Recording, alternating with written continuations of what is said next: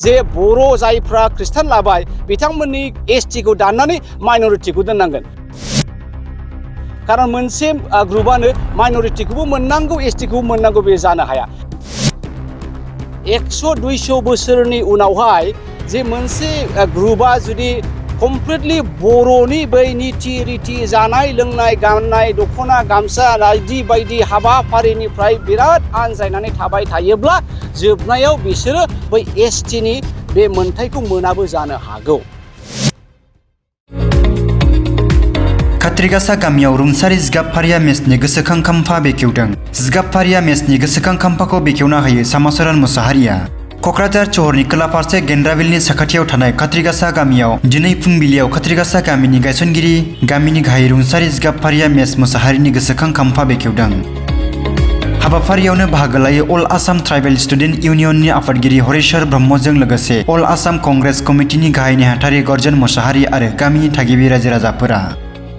कात्रिगासा गामिनि थागिबि गागि नोगोरारि जिगाब फारिया मेसनि फिसौज्ला सामसरन मुसाहारिया फोरमायनाय बायदिब्ला जिगाब फारिया मेसआ गोदो बिजनि राजा भबेन्द्र नारायणनो थालिर रोगानानै हैग्रामोन होनना।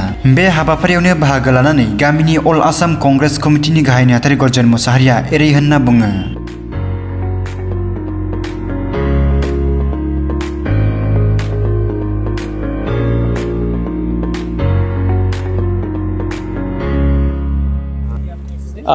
गमामायैनो आङो दिनै गावनिनो जोनोम गामि बावहायनो आं जोनोम जादों देरदों लावदों गेलेदों एलपि स्कुलाव फरायजेनदों।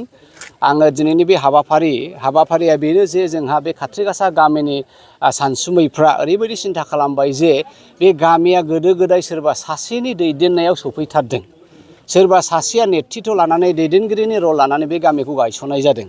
दा बेखौनो बिथांमोना नागिरै मिथिनो मोनबाय बे सासे बेक्ति दङ, बिनि नामानो जाहैबाय जिगाब मेस, थामहिनबा जिगाब फारिया मेस। दा बे जिगाब फारियानि मेसनिनो गोसोखां मोनसे खाम्फा महरै जोंनि रायजो राजाफ्रा सासे आयंखौ मोनदों। बिथाङा 103 बोसोर जाबाय। दा बिथाङाबो होनदों आङो बे आबौनि महरखौ गोसोआव गैला, दंब्लाबो बिथाङा बोरैहाय आखिनानै खोन्थागोन। दा बेखायनो जोङो बिथांनि एक्सुवेल महरखौहाय गोसोखांनो खोब गोब्राब जानायाव गामिनि बे कात्रिगासा गामिनि सानसुमैफ्रा सिन्था खालामबाय जे खाम्फाखौ जोङो गायसननो जासिगोन। बे हिसाबै दिनै बे खाम्फाखौ गायसनदों आरो बेखौनो बिथांनि आखाइजों जोङो दिनैहाय बेखेवनाय जादों। दा बावहाय गोनां बाथ्राया बे आयं सामसरन मुसाहारिनिफ्राय मिथिनाय बायदिब्ला बेनो जे बे समाव बिजिनि राजायानो बे ओनसोलखौबो खुङोमोन आरो बे बिजिनिनि राजाया बे आबौ जिगाब फारिया मेसखौ बोसोराव खनसे बे दुर्गा फुजा कालि फुजानि समाव लेंहरोमोन जाहैदों। आरो बे लेंहरनाय जाहैबाय बिथाङा बे थारंनि नावजों जावखोलांनानै नावआव थालिर गोमोन मोनफ्रामहांखौ नाव गंसे लानानै राजानो होयोमोन जाहैबाय। दा बे राजानो जानो हैनाय जायोमोन ना फुजा फाथालायाव हैनाय जायोमोन एक्सुवेलि बे बाथ्राखौ आयंआ होननो हायाखिसै, खारन बिथांनि बैसोआबो गोबां जाबाय। दा बेवहायनो बे जिगाब मेसनि गेजेराव मोनसे नाम दङ फारिया, जिगाब फारिया मेस। दा बे फारियाखौ बिथांनि बुंनाय बायदिब्ला राजायासो बे बिमुं बे टाइटेल बे मुंखौ होनाय जायोमोन। थामहिनबा जिगाब मेसआ सासे अर्डिनारिद्राय मानसि नङामोन, बै समावनो समाजनि मोजां हाबा मावनोसैमोन। दा बेखायनो बे गामिनि मानसिफ्रा बे जिगाब फारिया मेसखौ लोब्बा लाखिनानै बिथांनि गोसोखां खाम्फा लुनो हानायाव खोब मोजां मोनदों। दा बेवहाय आङो कात्रिगासानि जानानैल' बुंनाय जायाखै, गासै बर' रायजो राजानिसिम आङो दिनैहाय खावलायदों बे मिडियामनि दारै NBN आरो बड'सानि जुगेदि जे नोंथांमोनहाबो बे जारिमिना बिराद गिदिर बुस्थु। दिनै जारिमिनखौ लानानै सेलायबाय थादों।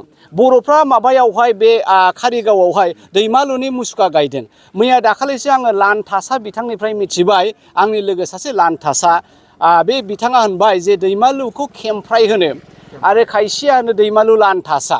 दा डिमासाफोरनि गेजेराव मोननै ग्रुप जायो, बिसोरबो होनो ओइ जोंनि खेमफ्रायसोमोन आरो मोनसेया होनो जोंनि लानथासा। ओंखायनो बिथांमोना लानथासाबो दोनाखै खेमफ्रायबो दोनाखै, दैमालु जोहोलाव दोनबाय, जों जेरेखम दिनै दोनदों।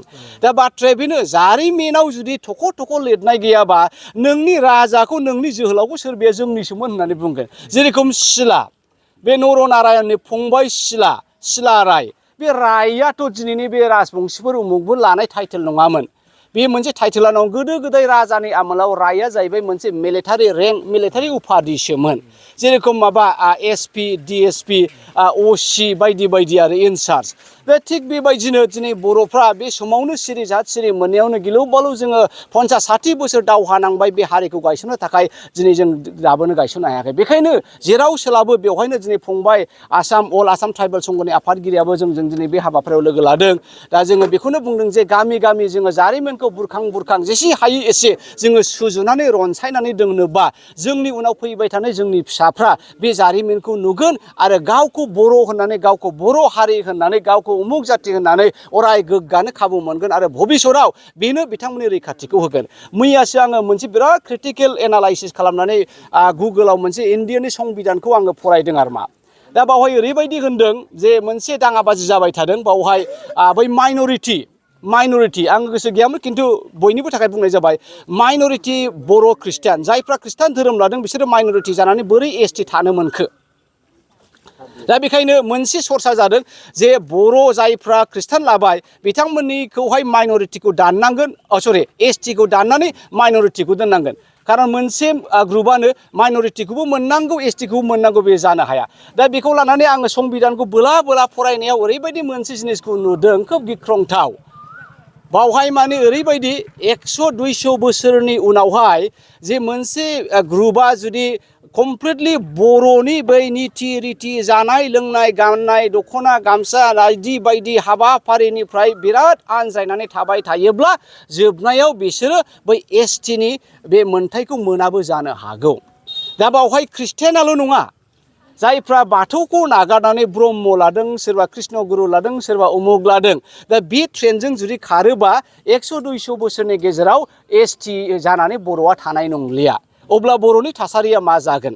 दा बेखायनो आङो खावलायदों बे मिडियामनि दारै गासै बिटिसिनि बर'फोरखौ आं खावलायदों जे नोंथांमोना जेखि धोरोम लाया मानो जेरावखि थाया मानो बर'नि माखासे निथि रिथियाव थाबाय था आरो जेसे हायो एसे जारिमिना जे दङ जेरावखि जाया बर' बाथौआरिनि गामियानो जा बर' ख्रिस्टाननि गामियानो जा बर' हिन्दुनि गामियानो जा नोंथांमोना जारिमिनखौ जुदि फसंनानै लायाबा 100 आरो 200 बोसोरनि उनावहाय जोङो जे एसटिनि मोनथायखौ लानानै दिनै सोरबा एमएलए जादों सोरबा एमपि जादों सोरबा मन्थ्रि जादों बे जानो हानाय मोनथायखौ जों मोनाबो जानो हागौ।